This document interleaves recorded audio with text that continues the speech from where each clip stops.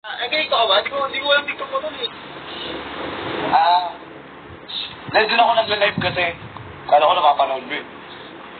Ano mo nag-live doon?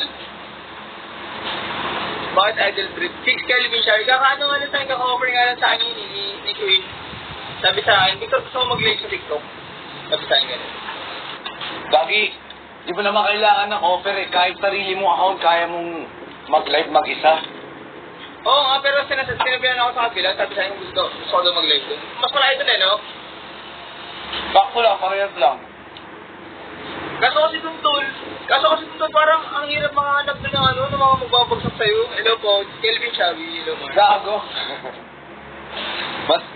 mas marami nga doon tol eh, piso-piso. Yun nga yung piso-piso, walang malaki yan kasi doon eh, no? O bakit kay Big? Dito nga sa Bigo, yung iba nga nanonood lang, wala man lang piso-piso.